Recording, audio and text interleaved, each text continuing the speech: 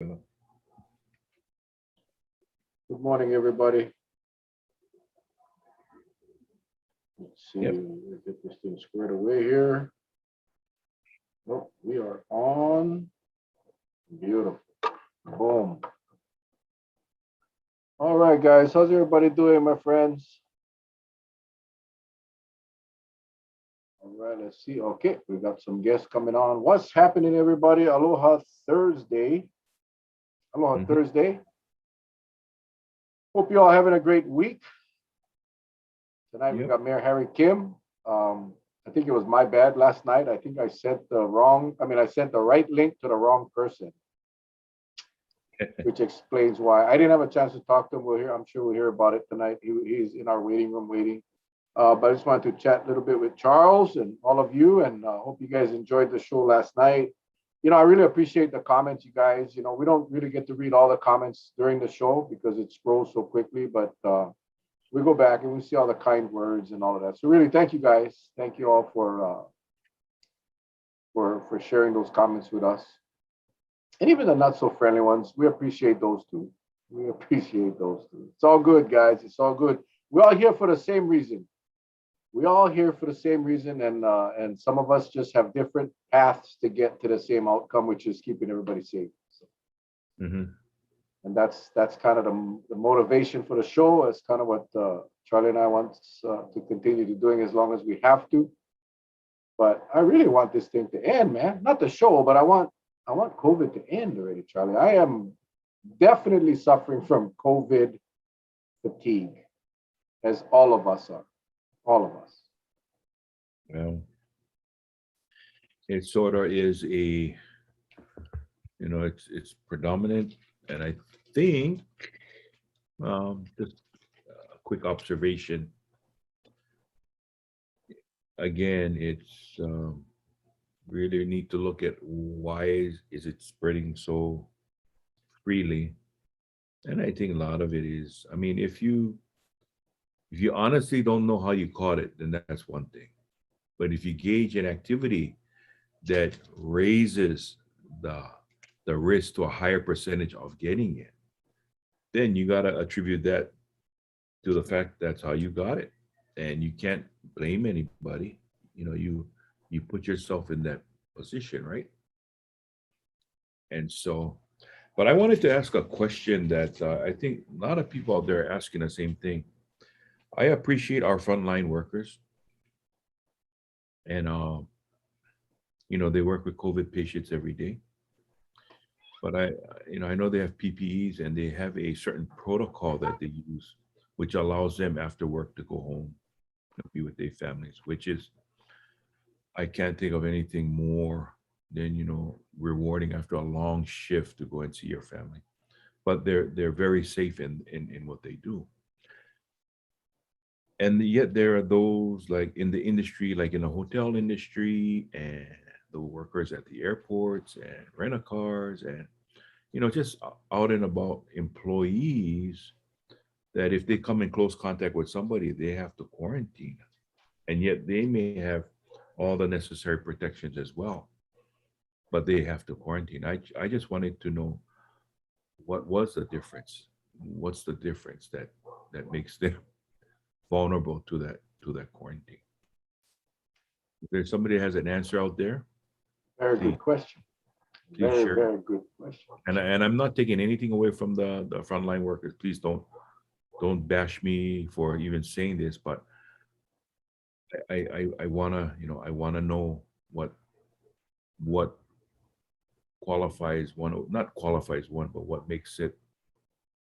Um, it just brings up some confusion, but I'm pretty sure someone has the right answer out there.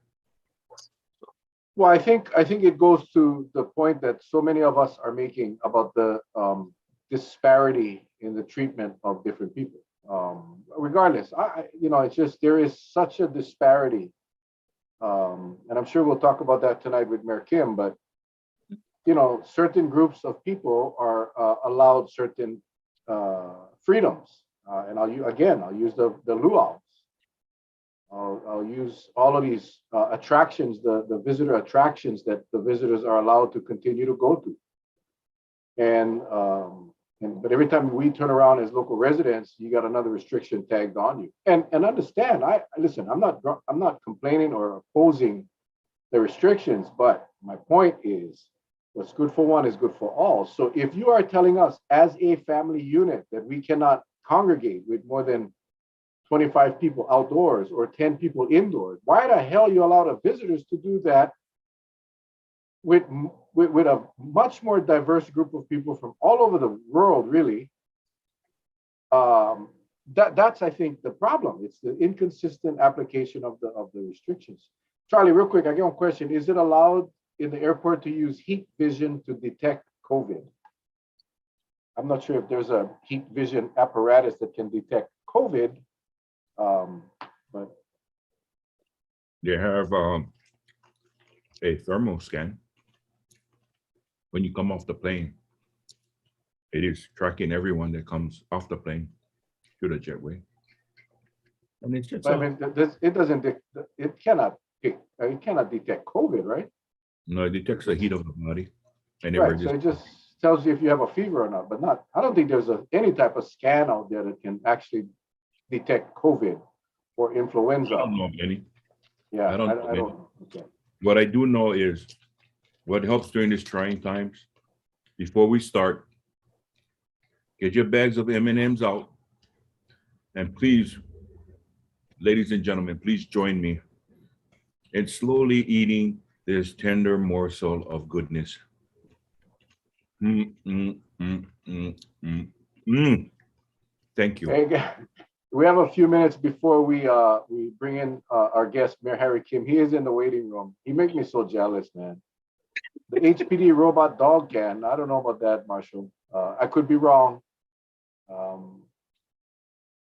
I feel like I'm pretty kept up on what's going on, but I must have missed that one I saw the robot dog, the 6-figure robot dog, but I don't know how it can detect COVID. Let me ask you something. There are dogs I'm hearing. Actually, not the robot dog, but I know there are training dogs right now to be able to detect COVID. But the European robot dog, countries, they have that.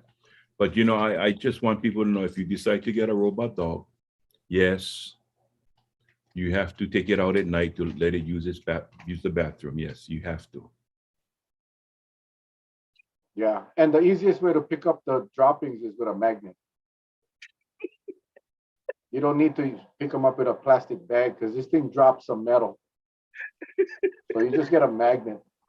Hey, real quick, before we bring in everybody, and I know I see some of you folks post in, if you could, just in the next couple of minutes, post in where you guys are from. I see California in here. I see a lot of different areas. So if you could, just for fun, for the next couple of minutes before we bring them in, if you can just drop in the comments where you are at right at this moment. I just want to watch for a little while, and we'll talk story about that while we wait for, well, he's in the waiting room, and we'll bring him in a couple of minutes. But I'm just curious, how far, Waimea Kauai, here we go, thank you. Laurie, Kea'au on the Big Island, beautiful. Triangles, right? yep. Mireille is in Hilo. Marshall is in Mililani. Mililani. There we go. Yep. Kalaheo. Scotty. Germ City home. Yes, Patty. Germ City, Honolulu. Liana, what is that? Leonani Kai Brun. Elodie, I'm sorry. Kalaheo. Nancy. Boyku. Darren Iris, Monterey, California. Yeah. Bro, how come that comment's not coming on my screen? What's going on? You get one separate feed. Yep. I get Alyssa in Kalaheo, Miller in Kikaha, Hot Right. Zone Oahu, Leah, Custer, Roxanne in Hilo. I got Nancy all the way from Germany. Okay, now you're pulling my leg. Gladys from Makawao. Chris, all the way up in Kokee. Kenneth in Honolulu, Roxanne in Hilo. Maka'ala in Kalihiwai. Cynthia Angelin in Kalaheo. Oh, Pukalani. Oh, Jean Allen in Pukalani. Beautiful, beautiful. Ed in Kennewick, Washington State. Beautiful, Oh, look, beautiful. George in Sweden. Yeah, right there. Hmm. Stacy, Orange County. Catherine in Kula. Oh, yeah, this is fun. This is fun. Kona Duri Doria. Kona. If I mispronounce your name, I apologize. Renee Judd From from High. Hi. Jane, all the way from Kekaha. Craig, Kahului, 96732. How's a vet? You see a Hmm? vet? So look, Hmm. Molokai in the house. Awesome. Kekaha, Makoa, Kekahat. Yeah, I know, man. It's hot.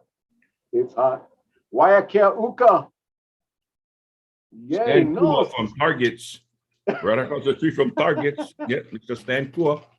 Scotty is surprised. He thought almost everyone was from Kauai. No, man, this stuff, this thing is crazy. We only got 149 people on right now, but we have people from Florida. Essie is almost every night from Florida. We got Houston, Texas. We have Missouri. Janelle is from Pahoa. About another minute Iholo. more. Iholo. There's a Kaho'ohanohano from Pi'iholo, Maui. You know, I saw Iho. 96732, and that was my home for many years before I moved back to Oahu. And I miss Kahului. Right by the Luana Garden subdivision was I called home for a period of time, and I miss that place. I miss that place.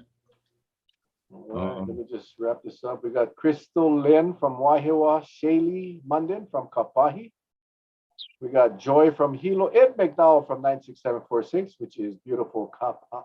and Columbus, Ohio, Tiffany Gaston, all the way from Columbus, Ohio. We got Pukalani Wailuku. Waianae, Gabby, Gabby is from Canada. She's actually on the Big Island, but she's from Canada. Juna Jean from Waianae. Ryan from Honau Now. That's my younger brother right there, Brian and Noreen, living up there in the Big Island. Una Yeah. now. I miss Jan from New York and Glenda from Sacramento. Sorry. Oh, Jan come from New in. York and Glenda Avenue. from all the way from Sacramento, Mountain View, Kihei, Wailu Homesteads. Awesome, guys. Thank you so much for playing along. Playing along. We'll do this every night, I think, Charlie. We'll do this every night. I think. Yeah, just bringing back memories. I want to cry. I see Oh, Kamehameha Avenue, South Papa, all that area right in Kahului. So, whew. Tracy Santana from Kaneohe. All right. All right, guys. Yep, My alert has come on. It's 7 o'clock. Let's do this. Let's bring in the one, world famous. the only Mayor Harry Kim. I hear the doorbell. Did you hear the doorbell? Hmm. Mary is in Taos. Is Taos? Is that New Mexico?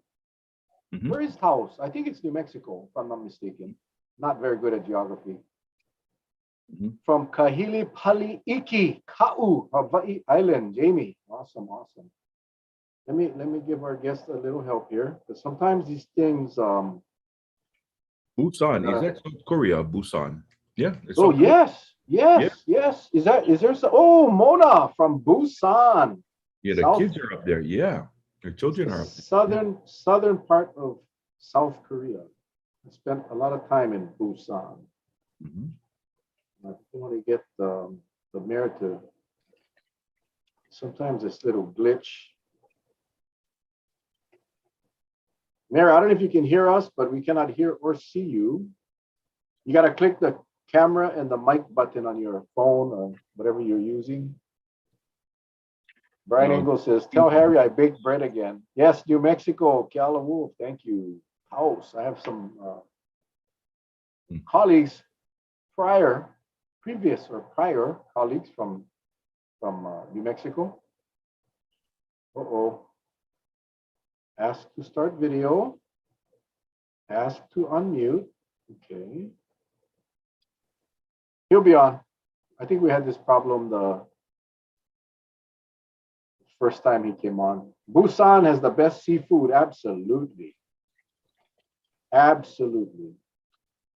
How come you can't get the mayor from Honolulu? I don't think he's brave enough to come on our show.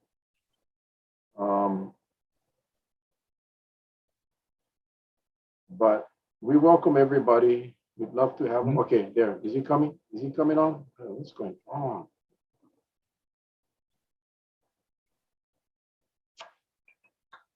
Hey, Mayor, I don't know if you, there he is. There he is. There. All right, Mrs. Kim had to come press the right button. you were talking about Busan. Busan. Yeah, well, I call it Busan. I mean, that was the. But I noticed a lot of the Koreans from Korea call it Busan, but it's the same place. It's the same. Yeah, place. both of my parents immigrated from Korea, from Busan. Was it Busan with a P? But now it's with a B sound. Yeah, I know that. Welcome back, Mr. Mayor. Thank you. I apologize for last night because we were wondering where you were last night. And today, when I sent the email out, I realized I sent the link and the email to the wrong person last night, yesterday. But that's okay. We got you all to ourselves now. Yes. And we just really, really excited to have you on. And a lot of our viewers cannot wait to hear. It's been a little while since you've been on the show. A lot of things have changed. And what's your thoughts, Mr. Mayor? What's your thoughts? Harry, I'm sorry. I don't like to piss him off early in the show. My thoughts right now is when we first met, we first talked, the first show, and even more important today, I think, of us really trying to pull together and where we go.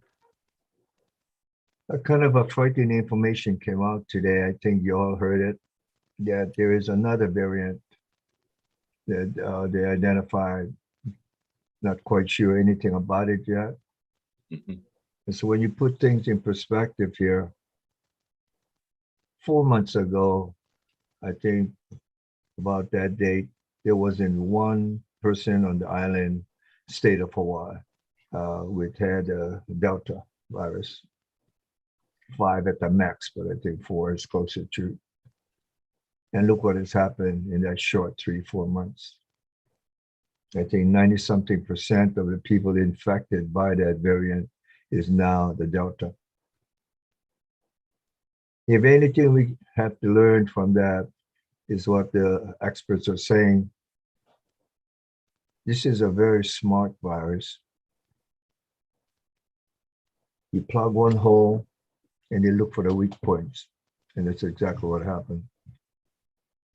And they also said, as for them, as common sense can be, the way you stop this mutation is to kill it, where they don't have that opportunity to mutate like this.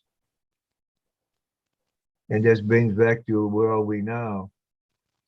The extreme importance that all of us, I mean all of us, get on the same page of attacking it. There's so much anger out there, fear out there. Obviously, in my generation, we have a lot of different thinking on things. Doesn't make it right or wrong. We're just different. But truthfully, I'll tell you, I cannot understand, not just Hawaii, the world, but mainly the United States, people literally demonstrating against face masks, literally demonstrating against any kind of vaccination, et cetera, et cetera. No communication. You see them on news of yelling and screaming and attacking. I'll say this and we can go on. I want all of us to think of all the children on the face of the earth, but that's limited to the state of Hawaii now. All of them count on us to do the right thing for them. Lord knows we didn't do the right thing in regards to global warming. There's so many years and years of denial of that until it hits you to face so hard this year, and the fires and the droughts and the hurricanes, etc. Surely we can put away our differences, our anger, and think of our children and see what we can do together. Even those who oppose vaccination, even if those that feel that vaccination is not good for them or their families, surely we can find ways to work together. If they don't want to take it, and that's their belief no matter what, then so be it.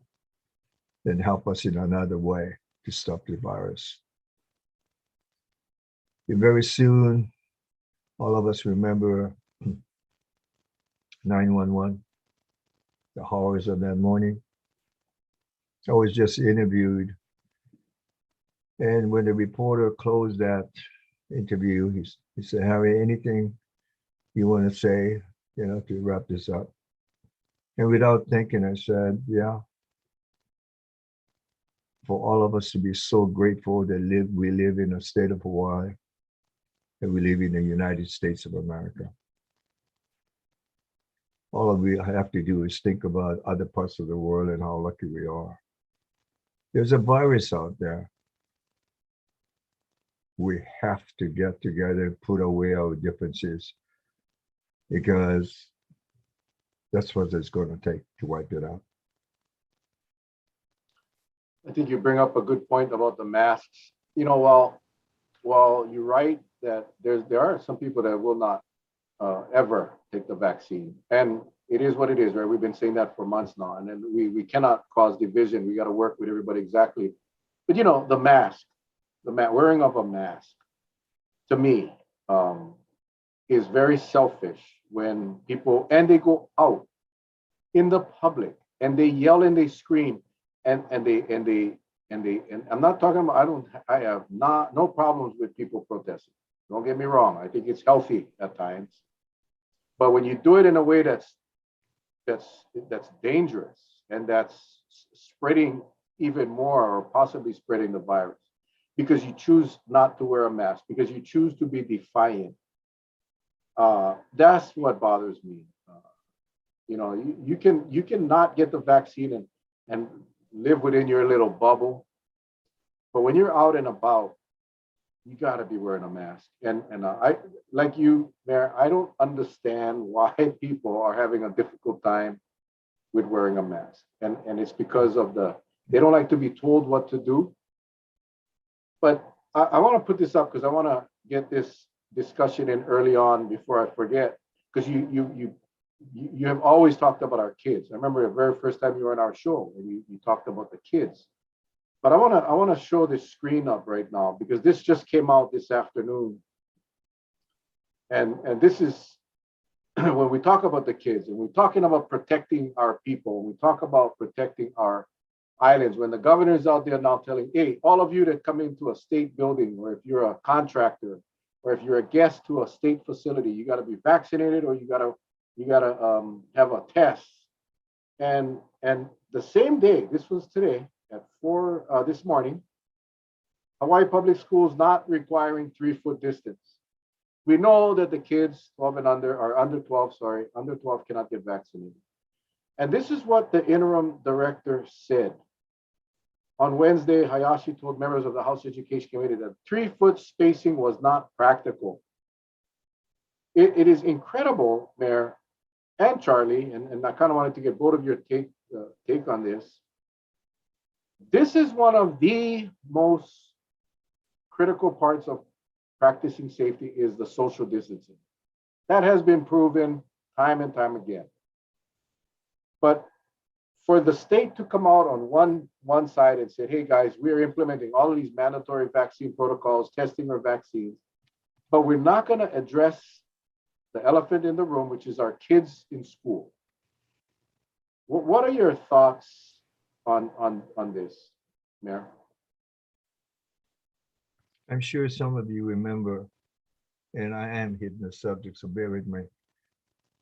Some time ago, the budget crisis for the state of Hawaii was so severe that the governor along,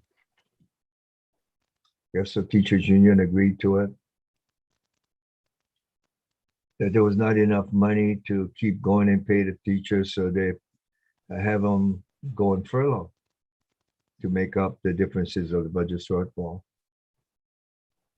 I'm an ex-teacher, and I felt so disappointed in us, very disappointed that we as adults paying for schools and those things and other things have decided that education in the kids is not that important to face consequence of other cuts, to face consequence of possible tax raises. And we took the route of put the teachers on furlough. It's the same thing, believe it or not, and what we're talking about, the issue of the school kids. And I know I'm not going to make friends on this, but I'm answering your questions. We have made the decision that we don't have the money to make distancing a reality for some teachers and principals. On that article, I think the principal was just being honest. We are told that open up the school, but all of us know classrooms that are so small, schools are so small where that's physically impossible. And I think that's all he's saying, to keep the school open. But what is not impossible is we know that. What is not impossible is for the powers and be to say, to keep schools, open, the teachers to have a better environment of teaching, to obey the rules of distancing. We need more space. And all of those who are in authority from way back, we could have set up certain kind of situation of other places or portables or whatever, to meet that 3 feet. I had a principal, not a principal, but one of the superintendents talked to me about this, and I'm swaying the subject, but I'm not, because I'm talking about what it is of all of us. The emphasis is the children and keeping them in school of learning important enough for us to go and see what we can do. This person called and we talked. He said, you know how many kids come to our school by 7 o'clock in the morning? Because they got to go to work, so they drop the kids off. And there's no place for the, kids to go except hang out on a railing or something like that. All of those kind of things, Mel, I think, if education and a good place to learn was priority one, we could have met that need. In regards to the schools, the teachers go to school to learn how to teach. I was a teacher. I dare anyone to tell me, how easy job they have. People, they say, oh, they have summer off, Christmas off and all that. Well, just try it. You can't, some parents can't even watch their kid one day without going banging their heads. I don't mean that literally. I think we're failing our school system for the kids. All the way up and down.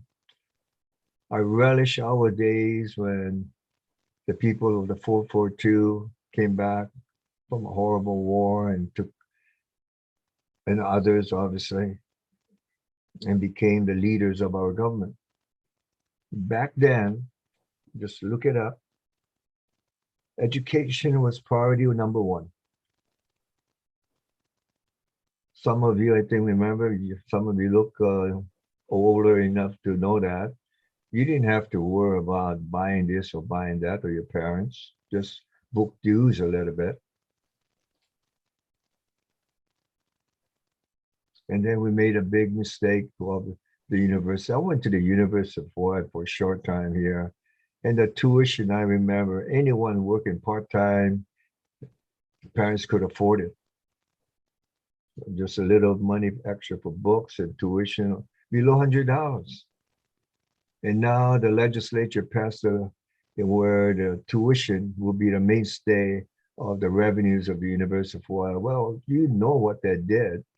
What does it cost to go to university now? 8, 10,000 just for tuition if you're a resident versus $100. The same like the public schools. And I'm really going to take this advantage to slam us, okay? Me too, us, on where we put priority on schools for the younger people, especially. Not too long ago, you guys were very aware of we had a heat wave type of climatic situation. Students so uncomfortable because it was so hot and a move to get air conditioning, all of that. Well, tell me, who didn't know those air circulation of those classrooms were not adequate?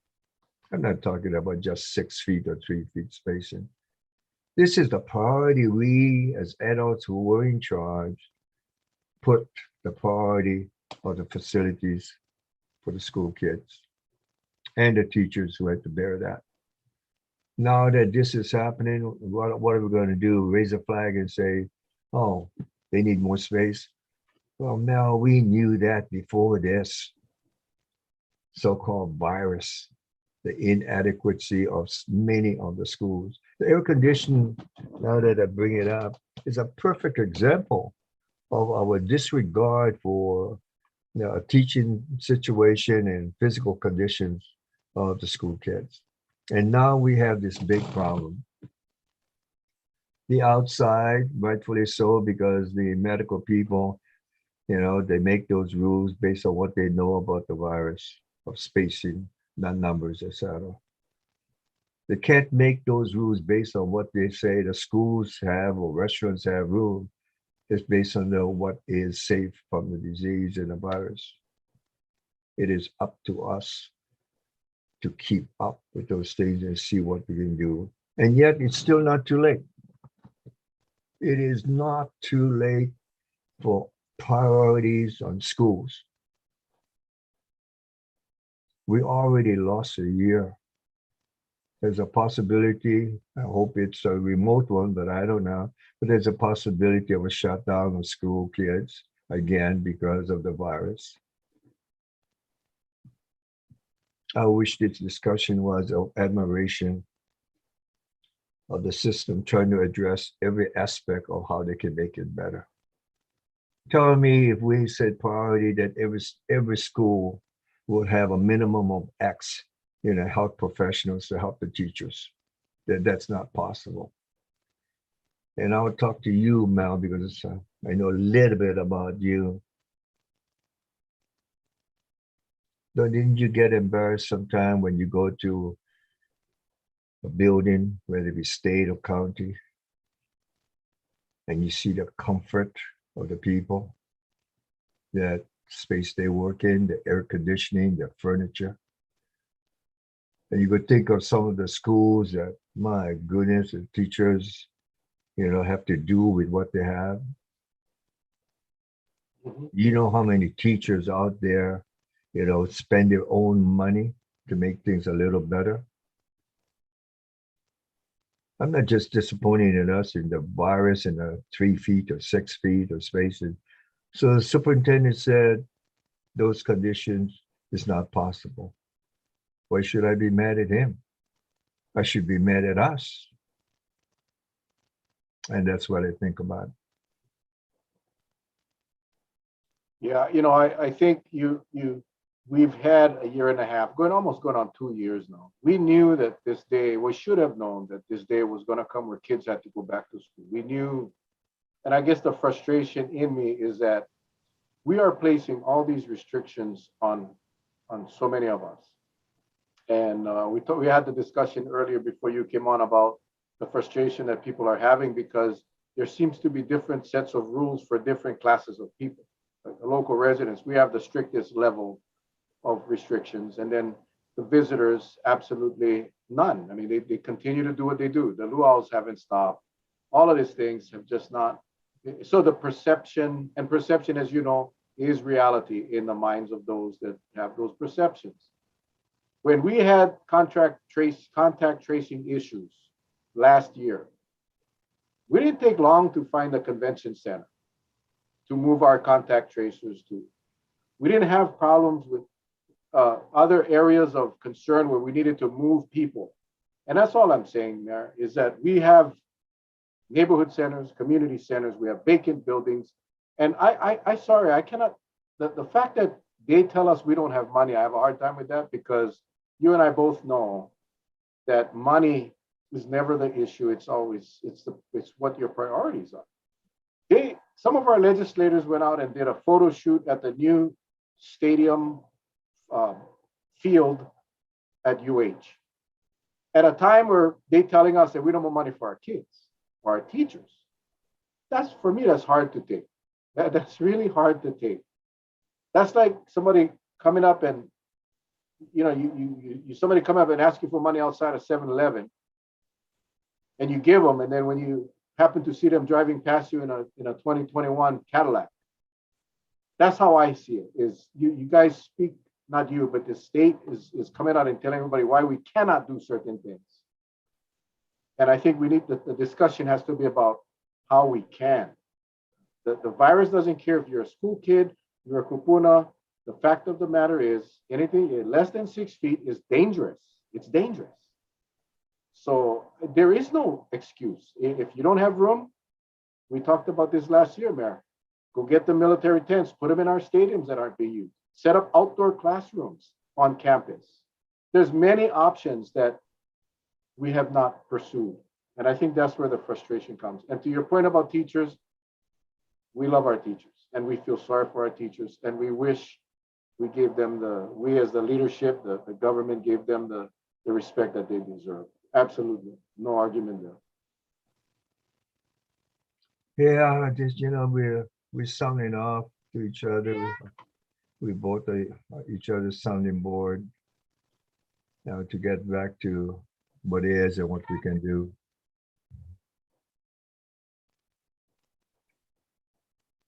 I'm surprised that so many people have died in the state of Hawaii in the past few days. Every time I see that figure, I flash back to the first few months of this virus in the state of Hawaii. And Dr. Bruce Anderson, I still can hear his words. I'm sorry to report that we lost our first person due to the COVID-19. And there was a real sense of sadness in that EOC room. Now look how many hundreds have died. We become almost immune to the numbers. I mean, nobody even asks anymore, who are they? There's a group of doctors that have approached me to work with them. And I am debating, how do we do this? And the purpose of that is called Operation Save Hawaii. And this is what I'm trying to tell the reporters. Is this, are you going to participate in that? Told the reporter, you know, a lot of people see that doctors as just people. A lot of people think they're rich and this and that.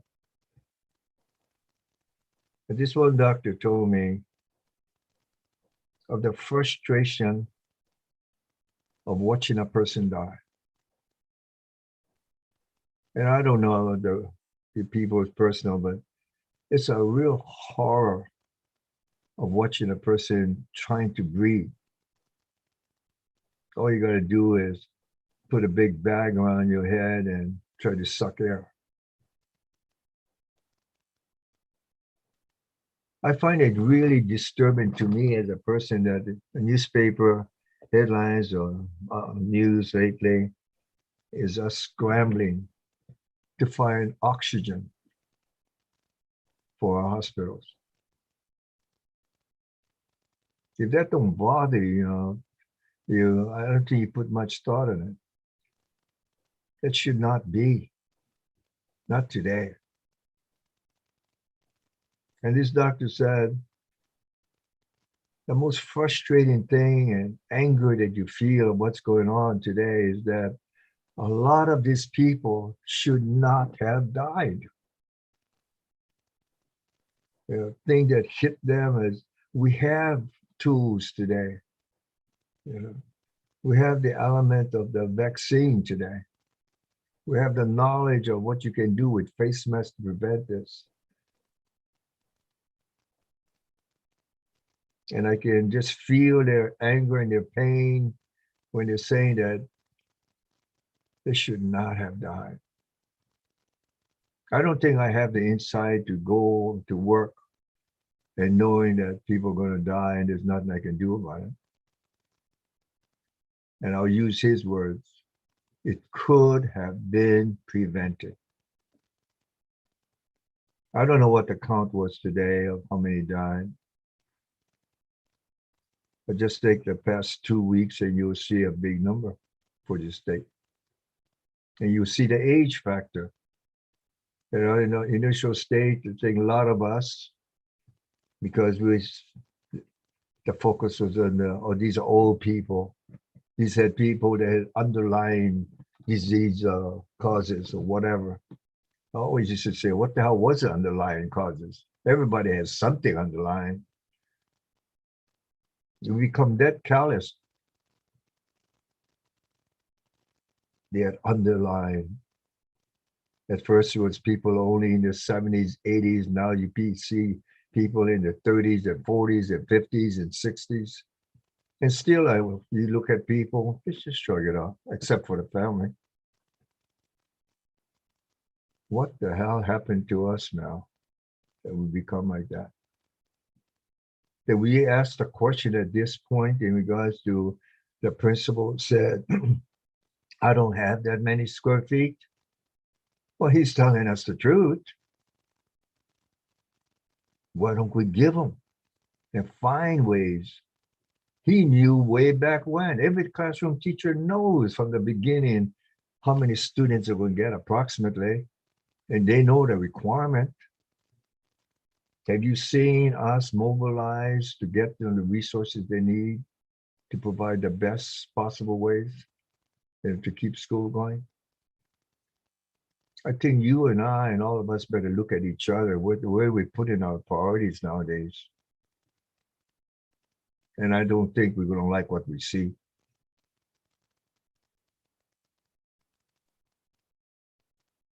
Charlie, hard to follow this guy, yeah? Really hard to follow this guy. Sometimes the truth hurts.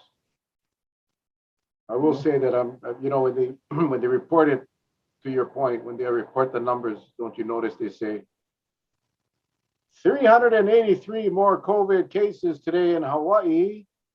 Vaccination rate is 62.3%, and we had 2 more deaths. That's how they say it on the news, man. Almost like a sportscaster, huh? Exactly. Like maybe the death should have been first. The vaccination rate to me doesn't mean much as it relates to people getting sick and dying. I mean, it's really the story is how many people are dying. We had 7 today, by the way. 7. So, Charlie, I sense a lot of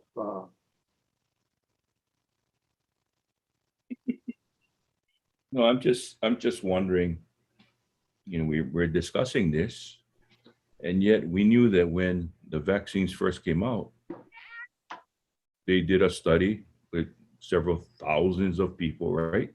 To see how this vaccine, they go through that. I'm just wondering, when it comes to schools, how many thousands do they go through before they make up the decision? No, less than 3 feet doesn't matter. Where did that come up from? So it's almost like saying that, if we could be a fly on the wall, I would have loved to have been in that meeting when they came up with that decision and see who the stakeholders were. Because their actions at that given point determines the fate of our children. So not only are they trying to learn, but they're also, in my opinion, I'm just speaking for Charlie Eon and what I understand, these children are learning at a risk. Now, I'm just saying, is it fair to them? I was hoping that someone in the schools would say, we need to keep the distance, because if we're talking about the distance for adults on the outside, right? Keep a distance, wear your mask. What makes it so different knowing that this variant is attacking young ones too? So, what's the difference in saying, oh, but in schools it doesn't apply? It only applies outside to the adults. Something is definitely wrong there. So I think that's why some parents and rightfully so, and teachers, they get very upset, because it's like a mixed message. It's like you're involved with the same variant, but you're handling it two different ways. And I think that's, for me, that's the troubling thing. That's the troubling thing. Because I don't know if there have been enough studies to say that in the schools there is enough evidence to show that, yeah, they can be less than 3 feet away and not worry or not get tagged by this variant. I don't think there is a study that shows that. But just because a person holds a title as superintendent, you know, I see humble doctors that when they're wrong, they admit they're wrong. But I think in this entire pandemic, there are individuals who hold titles as MDs as well, not once ever admitting that, hey, maybe I said something I shouldn't have said, or I think if you eat humble pie, people readily will forgive you. But if you stay down that path and you don't eat humble pie, that's when it gets very messy. That's when it gets very messy. I So want that's my to 2 cents. That's my 2 cents. I want to jump on that a little bit. In Mhm. fairness, many moons ago, when I was trying to justify on testing uh, centralized system, one of the arguments made with regards to people in charge was the rapid change in information of this virus, COVID-19. All of us now, got to look at it. When it first came out in very first part as far as the United States, New York, etc., of the year 220, and the year months before that, they had strong beliefs on the limited knowledge they knew about this COVID-19. And that's when the 6 feet came in, or 3 feet came in, it's later, even very little information of conditions outside, which is safe, etc. Because this is a new virus. It's a definition of a pandemic. It's new. Along with new means not much we know about it. Along with new means we don't have uh, things to address it yet in regards to the medical world. Then we got to learn. And here was the scary part. At first, they were very conservative, and I appreciated that in regards to distancing, the lockdowns, and those kind of things. Then came this horrible Delta, and you heard the word for the first time. This is airborne. That's a whole new ball game in how it's transmitted. And not only was it airborne, the fact that it was so much more transmittable than the original COVID-19, et cetera, et cetera. Now they're talking about a new, so-called variant of that. All of us know that everybody made mistakes. And some of it is horrible as far as consequence of it. I'll tell you, I was asked in an interview, when this is all over, what will I remember most? And I told him without doubt of the people that died in the veterans home, 28 of them. And I think of this doctor, of all his sadness, telling me, they didn't have to die. But some of them, all of us try to listen and do our best. This is what I hold against the people who are demonstrating against masks, who's demonstrating against the vaccine and everything else. If you believe of that to be true, then fine. And I'm told it's 10% or so that will never change their mind. Mm. But when you live in a society, it's what we're talking about. When you live in a society, the freedoms of certain things are taken away. I'll give easy examples. You can't buy a car and drive it the way you want to. You live in a society, you live with some social rules on the safety of others. All of us here in this room, I don't smoke, but you know that when cigarettes came out, the macho man, the Marlboro, the sexiness of the cigarette, et cetera, et cetera. And it was your freedom to smoke except for age. Now what? All the rules have changed because they find out that cigarette smoke, secondhand smoke, as they came up with the word, is just as deadly or more deadly. So what? Society makes the rules. You cannot smoke in front of anybody in a restaurant. Common sense tells you don't smoke in your car like most adults did in the old days with your children there. That's all taking away your rights. This is no different. To all the listeners out there that's talking about freedom, when you decided to live in a society of Hawaii, the United States, and elsewhere, many of everybody's freedom is taken away for the sake of the good of the whole in a majority. Well, I've got news for you. The majority says vaccination is good. I got news for you. The majority of the people believe that, of the doctors of science that says of distancing and gathering and all those rules that rapidly change because the virus changes and knowledge changes. And that's what I hold against these people that yell and scream about my freedom. You lost your freedom of many things when you decided to live within society. You don't like the rules of society, then go live by yourself.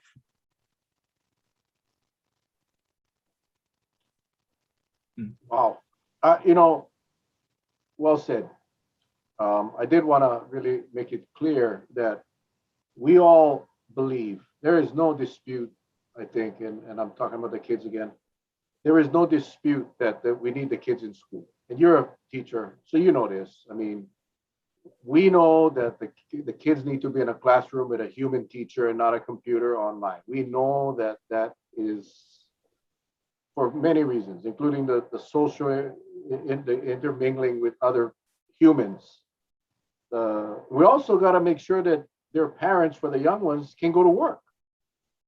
So the kids go to school. Not that the school is a babysitter, but that's where the kids go to learn. But we also got to accept the fact that for that to happen, as Charlie just said a little while ago, we got to make sure it's a safe environment for these kids and for the teachers and for the cafeteria workers and for the custodians and for everyone else in that system. That is, I think, Mayor, what's troubling me, because you know this. You've been through several disasters. You had to change. You had to make things happen. You had to adapt, right? You had to adapt. You maybe had to reroute roads or whatever. You made it happen to keep society moving, and that is not being done. And imagine if Mayor, imagine at the last volcano eruption and the path of the lava was hitting to a road, and you just said, "Hey, we just no more money. We no more money, guys. We can't afford to go make a new road. So you just got to drive on that road. And, if you get burned, you get burned." You think about that. I mean, it seems far-fetched, but when we are being told on a constant basis how deadly this virus is, and it's true, but they make exceptions, I think that is where the communication that we always talk so much about. We have to be on the same page. We have to come together and really beat the same drum. That's what we need to start doing. And we cannot do that when one class of people, whether it's kids, one class of people, whether it's visitors, one class of people, which is the local residents. When everybody have different rules, you have some problems. You have some problems. So I just want to make that clear that we all agree that the kids need to be in school, but we also believe that they need to be safe.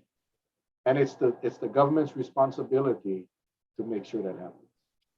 I want to add on this about school for all the teachers and people who deal with school. They know this. The school is not only a place of learning. Unfortunately, for so many children, their school is a sanctuary. The school is in regards to where they can even feel safe or feel happy or get fed.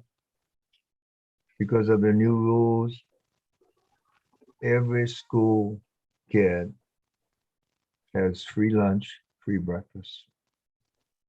And that's great. Because I think none of you guys here were born with silver spoon. A school of many things, not just for learning. I said for sanctuary, for food, even the ugly words of being abused by adults around them.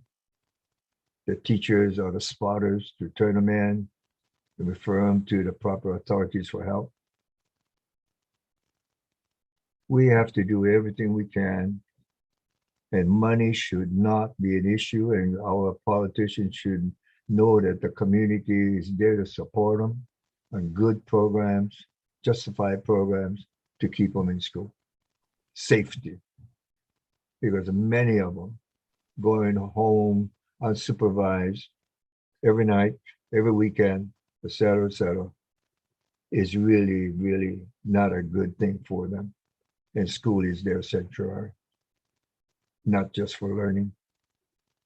And we as a community got to go back to the old days that said the value of the schools, and it was shown in regards to because of tuition and providing teachers. I don't know how many of you guys know this. I think all of you know this, but how proud I am of our ancestors in regards to developing the school system and other system of the state. Do you know that Hawaii is the only state in the United States with a one so-called district, that every school kid has the same teacher qualified, the requirements, the same pay, the same for those of you who play sports, the old days, some school had nice helmets, some had junk. Now everybody has the same kind of equipment, et cetera, et cetera. There's a little inequities of catching up on the facilities. That's what I'm talking about. But our heritage said school, the opportunity for education shall be every child's right. Because most of them who developed the program were first generation children of immigrants. And they knew how important, the parents knew how important that was. I'm the beneficiary of that. I addressed a group of the 442 once. I was so privileged and honored to be asked to speak. And this is what I remember telling them. In behalf of the tens of thousands of Harry Kim out there, I thank you for what you did for us. I thank you for the first time in my life to make me feel like a person of worth because of what they did, to be proud of who I am.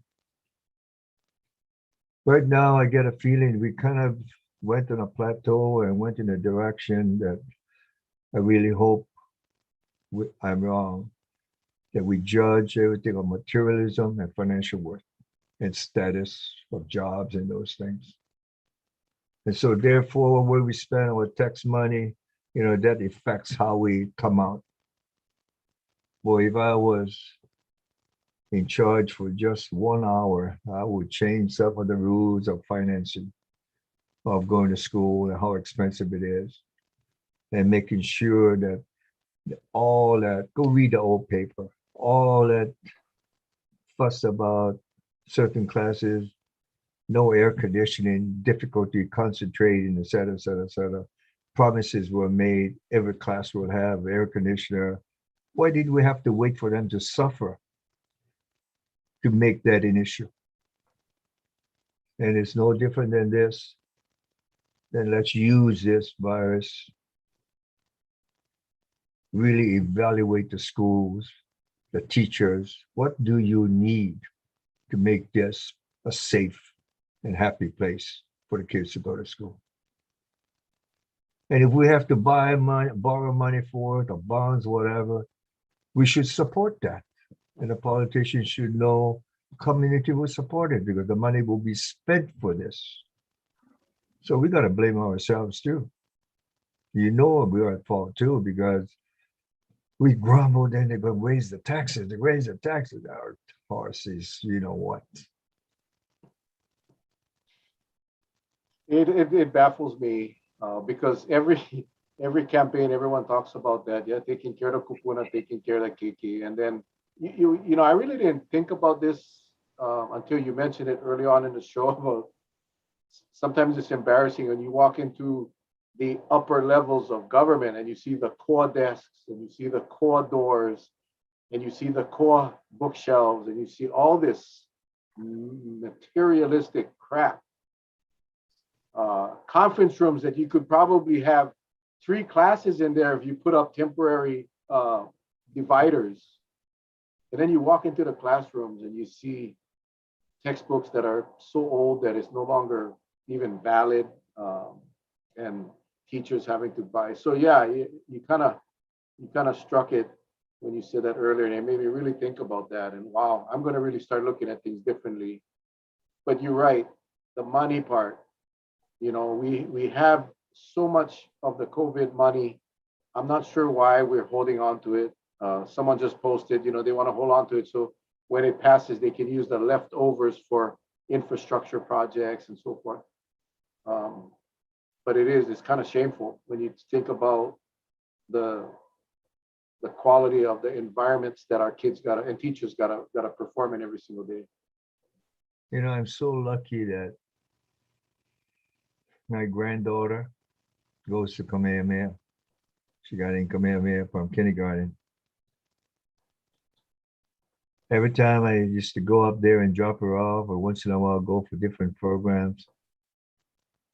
Truthfully, guys, truthfully, always, I say, God, why can't all of our schools be like this? So nice, yeah, so open,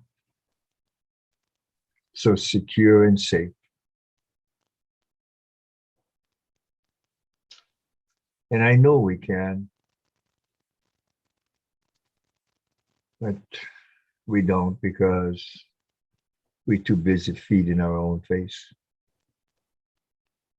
If that's ugly and you think that's not fair, well, so be it. Take a look around. Yeah. Charlie knows he went to Kamehameha school. I went Kauai High. That's why he has the Aloha shirt. I get the T-shirt.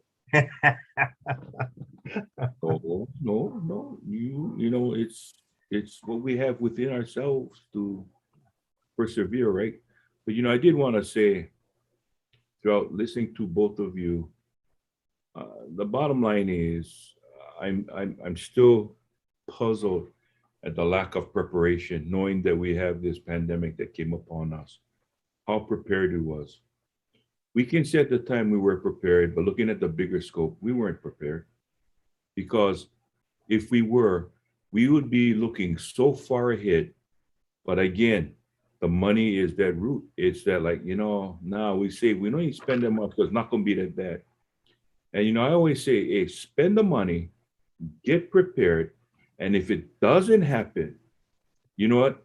We still going to be prepared should the thing slingshot at us. And that's why I say, you know, we talking about our teachers here. They're required to plan. They're required to put out a lesson plan. They got a lot of things put on their plate. But this whole, you know, looking at it, and again, ladies and gentlemen out there, I know there's comments going back and forth that, you know, Is Uncle Charlie saying the right thing? I'm just speaking what my heart tells me, and that is we've been so reactive to this entire pandemic. We haven't been proactive. Sometimes a little sacrifice got to be made so we don't feel the brunt at the tail end. But we were so worried about the now, we weren't worried about the future. Look what happens now. We're paying for more of it on the back end.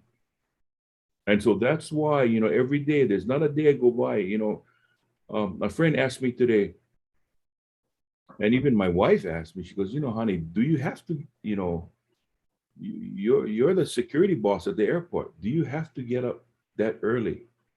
Leaving at 3 o'clock and going to work is my way of saying, I want to get a jump on everything because people aren't around. I can get my work done because I don't know what the day is going to hold for me. And if nothing happens, fine. I don't regret it. But I'm not one of those that says, well, I'll work at 8 to 4. I get there at 8. I go, boy, I can't get my work done because I got a late start. Sometimes you got to plan ahead. And that's why I tell everybody, if we plan better, the state, and you said it before, Mel. We've got a medical director with a Department of Health. And I just wish, and I'm not blaming her, but it seems like this thing is over and over again. When somebody got your chain and they jerk that chain, it's just that you cannot speak freely, right? And I wish sometimes she would just, pull that chain and go for it, because I think she has that medical knowledge of what may be good for the people of Hawaii, what may be good for the schools. But right now, again, I don't want to blame this superintendent, but he's no medical doctor. I would rather leave him up to the medical professionals. Stick with teaching instead of making a call that, we don't need that. Is that your medical opinion? Because then you're gonna be the laughing stock. I don't care what you say. And I think that's just what Uncle Charlie sees. And I hope that it's never too late to change, so we can get something better out of all of this. Because if not, we'll be meeting here day in and day out discussing the same thing and not moving forward. And I think the people, like you said, Mel, COVID fatigue, we want to move forward. We definitely want to move forward. Charlie, can I ask you- Dr. Char, real quick, sorry to interrupt, but last week, Dr. Char at the Senate committee meeting made it very clear that she had been advocating very strongly for the last several weeks to tighten up the restrictions, to snip the curve. And the policy, she called them policymakers, chose not to listen. So I think finally Dr. Charlie is tired of it. And I think she's going to start speaking out. The superintendent, understand, they have it's like a corporate plan, right? They have the little meetings with the governor and the lieutenant governor, and they have their agenda moving forward, and these people are trying to comply and be part of the team. But I think Dr. Char finally said, I'm not going to be taking the cracks no more. We're trying, they're not listening, and that is the sad part. And one more thing, Doc. See, we get so many doctors on the show, but Mayor and Charlie, a year ago, when we were going through this, when the kids no one went to school. I remember this, and I know many of our viewers remember this, but they came out and they talked about what needed to be done to get kids back in school.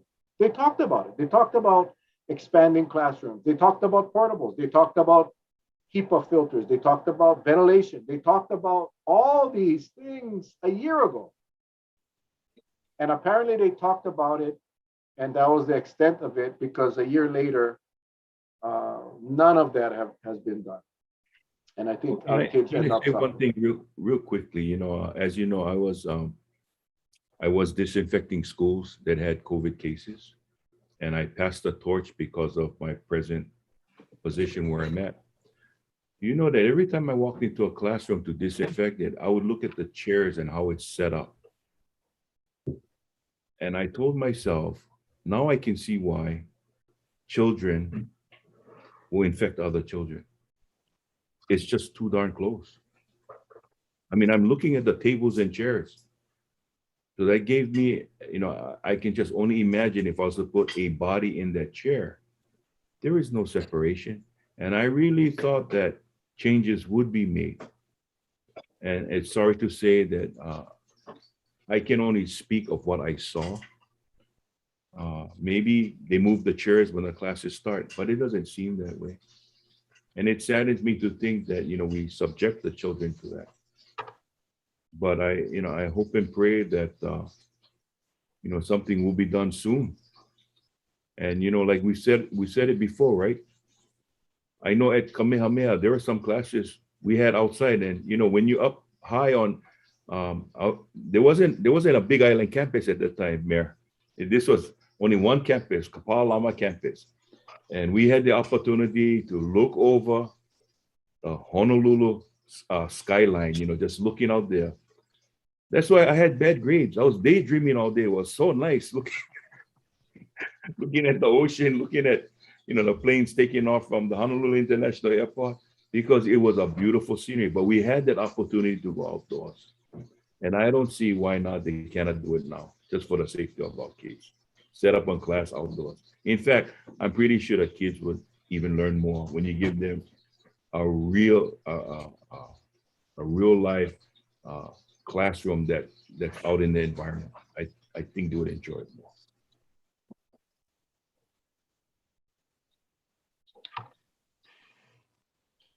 What are you thinking, Mayor Kim? What are you thinking? You won't understand this, but Charlie will, I think.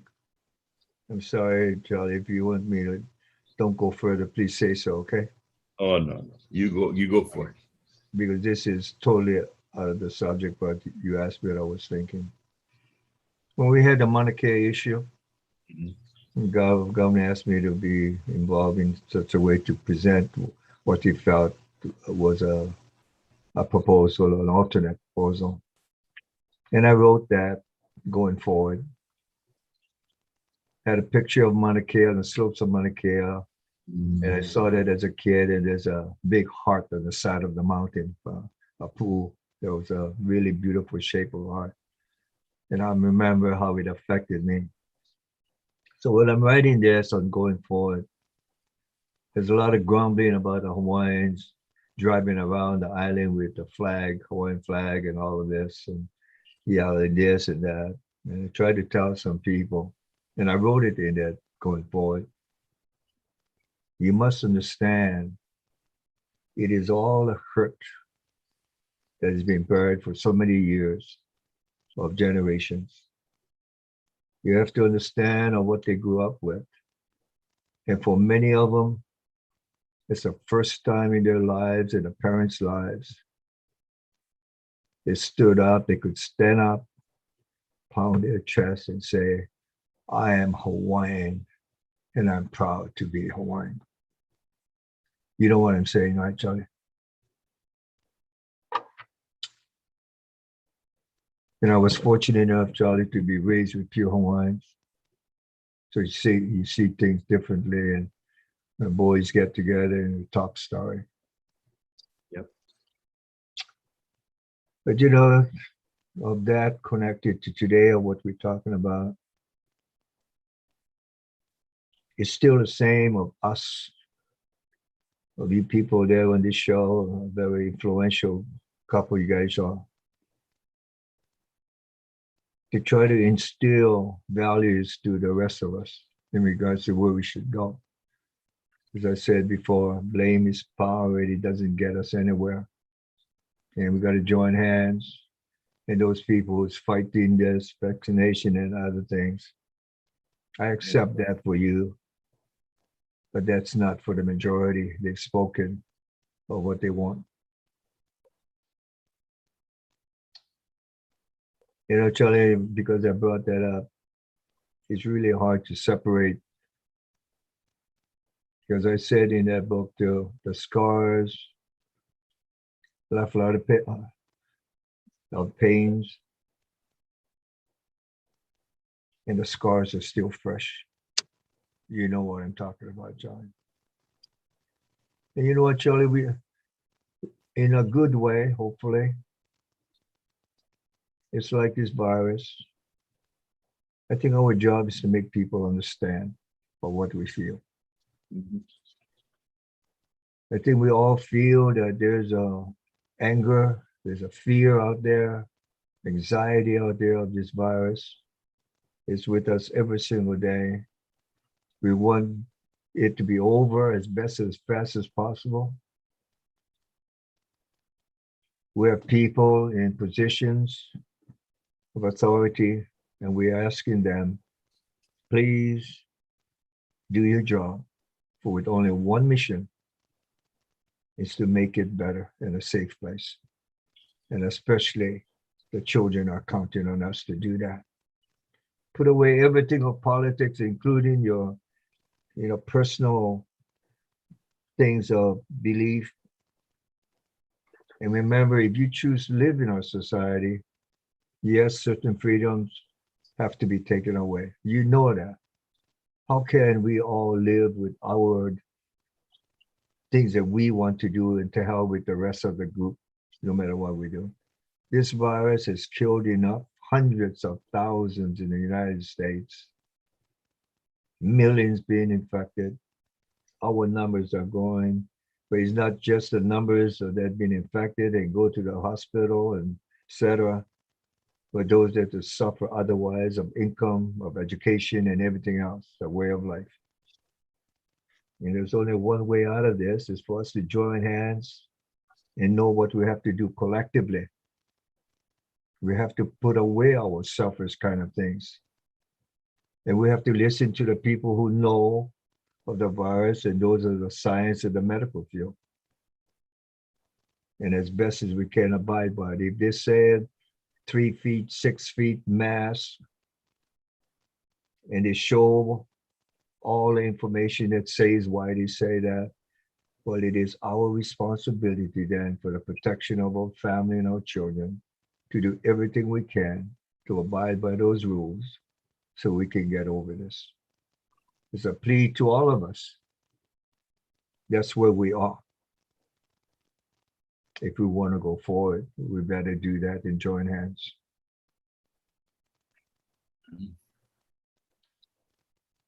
Bingo. I think, you know, if not for yourself, do it for others. And that I think that is the hardest thing for a lot of us that were raised that way.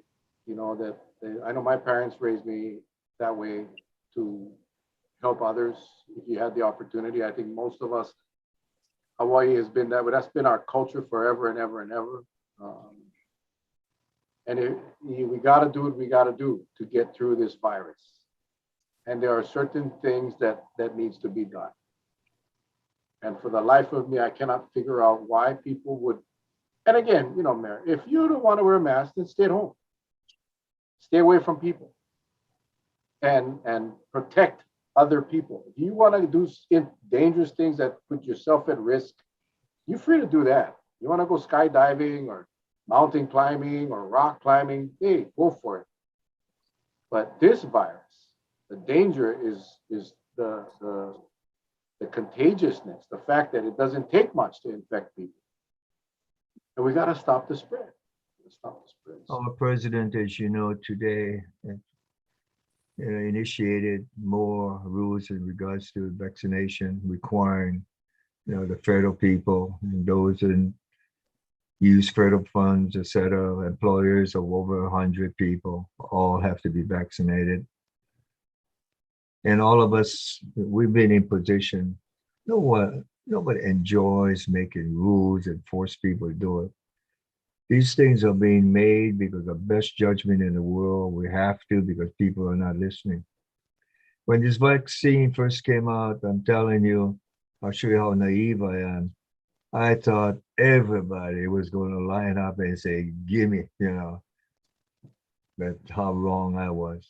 Yeah, but I still hope now, people will put away their selfish things and realize, please do your homework, go study, and see if there are other alternatives that we can do to stop this virus. And the countless people now in the United States and the world, about millions, that get infected and hundreds of thousands that have died. I thank you for this program. I know I got carried away on, I'm Hawaiian and proud to be a Hawaiian, which I'm not, but I was speaking to you, Charlie, and you know what I'm talking about. Yes, sir. Yes, sir. Well, we always appreciate you on, Doc. Doc. It's been a long day, but Mayor, we always look forward to having you on, and we will definitely have you on again. Today's numbers were low again. It's not low, but it's lower again. So we're interested to see how the rest of the week pans out. So we'll definitely get you back on. On that, please, for people to understand, the numbers obviously are very important, but you have to pay attention also to what the numbers represent and see what percent, how many people were tested. Obviously, Yeah. common sense, if you only test 100, you're not going to get a lot of positives, right? Yeah. Like you test 10,000 and 7% of them are positive because that's a percentage of being infected now in certain places. That's a lot of people. The virus is still out there. I think the positivity rate, if you take it over a 14-day average or a 7-day average, it kind of reduces the actual. I like looking at the daily rate because as what we know, the sickness comes or death follows the sicknesses by a few weeks. So that's the scary part. Out of all the positive cases today, there's going to be a percentage of those that will not make it. And that, I think, is the How message. many did you say died yesterday? Past 24? 7. Today's report was 7. 7. That's 7 too many. Yeah. Anyway, we went. Charlie, Yes, sir. what's your thoughts, Charlie, before we let the mayor go? Well, before I close, I'd like to say thank you to Mayor Harry Kim. Thank you so much. For our people out there, one thing I got to say that, I learned this word, and as you get older, if you've been in law enforcement, that's the only thing that I can equate to because most of my life has been in law enforcement. In our younger days, we always had the opportunity to rough it up. But as you get older, you got to learn to use this more and use this more because we just have to educate ourselves. So, please, I know this word sounds weak, but I learned it and I go by it now. And that is everyone learn how to de-escalate because the more we escalate, all you're going to get is this and nothing will get solved.